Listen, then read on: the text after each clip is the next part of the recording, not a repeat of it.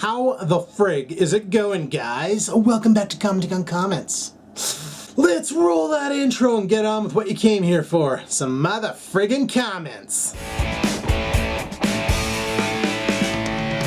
Alright, our first comment here is from Paradox Designs, and he says, "What in the fuck? Soon we won't be able to do anything without having us to sign a disclaimer at first." That's true. Soon we won't be able to do shit without signing a disclaimer. You want to climb those stairs? Sign a disclaimer that if you trip and fall, you won't sue the company.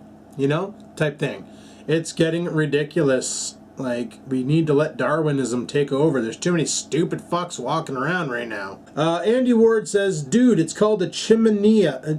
Chimenea. Oh, okay. That thing that Pug was burning the magnesium ore parts in. Just saying.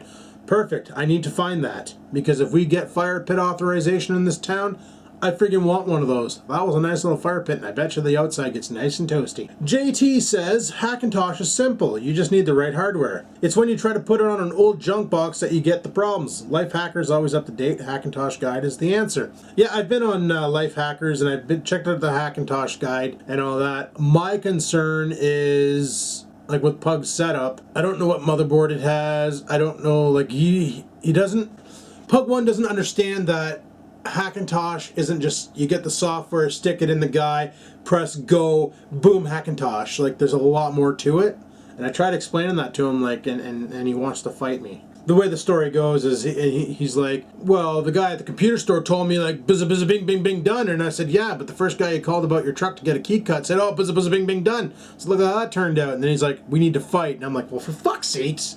Dave1135 says, "Hey Adam, this is for CoC."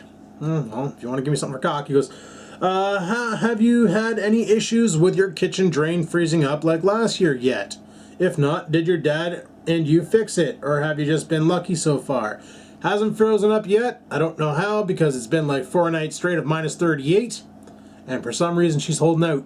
We haven't fixed anything, because if we have, I'd have all new floor in my kitchen. Why? Because we're going to have to gut that fucking floor, which means I got to spend a lot of money to put a new floor down." Simple Vlogging says, "How do you keep the pipes from freezing? I know they did a year back, and that was a disaster. Keep us posted and stay close." I've been using a lot of the stuff called luck lately. A lot of luck. Like, unbelievable luck is why they haven't frozen yet. But winter's young. There's still opportunity for that to happen. Todd421 says, "Why not rent windows with the rest of the stuff you rent for your house?" Because I rent a hot water heater. Yeah, that's all I rent for the house is a hot water heater. Yeah, that's a lot of stuff to rent for a house, eh? That's a lot of one thing to rent for a house. Fuck Todd421. You nailed it. I'm gonna rent some fucking windows. You know a window rental spot? You know about them? Yeah, they're pretty good. 39 Gadget says, "Does Oriole still poop in the house?" Nope. Nope. The insulation thing for the bottom of the door is called a door sweep. Oh, there are many varieties. Holy shit. I was at Crappy Tire looking at them, and they had like these ones that you like bolt to the door, and they had like brushes on the bottom, and they had the one with the rubber Teflon. I bought the rubber Teflon kind, but then they have like these other ones there that are like you bolt them to the base of the door, so when the door slides over, it like compresses against it and insulates that way. I was thinking about that one there, but this house is so fucking janky and warped that it probably wouldn't make a good seal, so I just went and bought the cheap $10 one. And it's been working. Roberto Cauldron says, "Have you ever thought about doing a petition against those vaping laws that are happening?" I don't need to. There's like petitions going around. Was it change.org has a petition. Mike at the vape store has been getting people to physically sign a paper petition, which is being submitted at the end of the month. And yeah, there's petitions coming out the ass. Any vape store you go to on the internet that's Canadian, you're going to come across this. "Please sign the petition. Stop this bill from coming true. Blah, blah, blah. Was a bling, bling." You know, all that shit's on there. So I don't really need to start a petition. There's like 72 of them out there already. So I'm sure maybe Johnny Law will realize that this is a stupid idea and just leave things the way they are. JMurray01 says, "Has the G6 failed to start again since that time? Our Ford Fiesta did that once in the winter 2009, but strangely it never happened again." Same, bud. Car's been starting fine ever since. I put that in, well, even though it had the new battery in it when it happened at the Hortons. I think that car, like, it's fucking angry at me. Segal Galgonchijak says, "Have you checked out Rain Eater wiper blades? They're supposed to be universal." Well, I'd have to find them and check the end on them and make sure they have the two little Pinush clip thingies, because that's what GM uses, and it's fucking dicked. I was actually talking with Not Slim there, and I was almost tempted to go to a junkyard and buy the arms off of like a Ford Fusion or something, or like off of a Ford Crown Victoria, and mount them onto my arms just so I could have universal support and not shell out $50 per blade to friggin' General Motors, because that's ridiculous. That's, for the wipers that are on there, they're not really that good. Like, I've had better wipers for $9 from Walmart than the ones that GM sells. Like these fake reflex wipers that just fall apart if you look at them wrong. Yeah, don't like that kind. If you want to charge me $50 a wiper, that fucker better last me 5 years. Drew H says, Yo Adam, what do you think of Insignia TVs from Future Shit? Are they any good? Or POS? Well, Dad actually has the 39-inch Insignia TV from Future Shit, and he's using it as a computer monitor, and honestly, it's got a real clean picture. Once again, the audio sounds like crap. Like, don't use it. Like, if you're using it for a computer monitor, perfect. Get yourself a sound system for your computer, or good headphones or something. Don't use the built-in speakers. They're really hollow.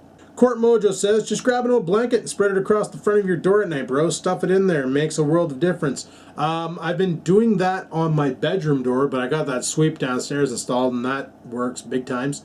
But I can't put a blanket at the base of my door downstairs because Scampers is an asshole, and the blanket would be at the door for about, well, as long as I was keeping an eye on her, it'd be there forever. But the moment I turn my back, she'd have that blanket like probably in her litter box or something, because she's fucked. Tyler Red says, yeah, the new Colorado looks nice, and I do agree that cars nowadays aren't what they used to be. They're not cheap to fix, easy to work, so you have to take it to the dealership so they can fix it for $300 or so. Yeah, especially if you have to bring it to Pontiac or to GM there, General Motors. Like, they charge a bill $20 an hour, but they don't. Let's say you need to get, I don't know, I'm trying to think of a job here. Like, you need to get your bearings done, so they got to replace the hub. They bill you 45 minutes per side, but if it takes them like 15 minutes to get the job done, you pay for the 45 minutes per side. So you automatically pay an hour and a half, regardless of if it takes them 10 seconds or 3 hours, you pay an hour and a half. However, there's been a situation, my buddy brought his vehicle into Ford, the rack and pinion on his, on his Ford Fusion. He has an older, 2007 Ford Fusion, like before they became this new Aston Martin looking kind.